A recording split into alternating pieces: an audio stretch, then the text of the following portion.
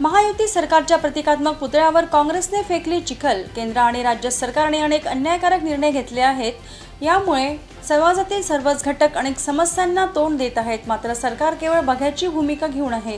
त्यामुळे चंद्रपूर शहर जिल्हा काँग्रेस कमिटीच्या वतीने सरकारचा निषेध नोंदविण्यासाठी आज 21 जून रोजी चंद्रपूर शहरातील गांधी चौक येथे सरकारच्या प्रतिकात्मक प्रतिमेस चिखल लावून चिखल फेको आंदोलन करण्यात आले आहे। या आंदोलनात खासदार प्रतिभा धानोरकर, जिल्हाध्यक्ष आमदार सुभाष भाऊ धोटे, आमदार अभिजित वंजारी, चंद्रपूर जिल्हाध्यक्ष रितेश उर्फ रामू तिवारी, महिला काँग्रेस अध्यक्ष व कार्यकर्ते उपस्थित होते। आजचा आंदोलन अनेक मागणीला घेऊन करण्यात आले। मुख्य म्हणजे दिल्लीतली सरकार आणि महाराष्ट्रातील महायुती सरकार पूर्ण निष्क्रिय झालेला आहे।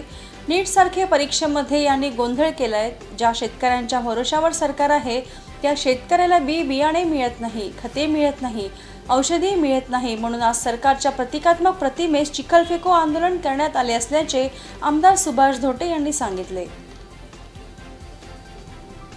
हे आंदोलन अनेक मागण्याला घेऊन होतं। हे जे सरकार आहे दिल्लीचं एनडीए सरकार आणि हे महाराष्ट्रातलं महायुती सरकार हे पूर्ण निष्प्रभ झालेलं आहे। त्यांना लोकांनी नाकारलेलं आहे। हे सरकार कुठलंही चांगलं काम करत नाही। शेतकऱ्यामध्ये अनास्था आहे, शेतकरी शेतमजुरामध्ये अनास्था आहे। लोकांना शेतकऱ्याला भाव मिळत नाही आहे, बियाणं मिळत नाही आहे, खतं मिळत नाही आहे, पीक विम्याचे पैसे मिळत नाही आहे।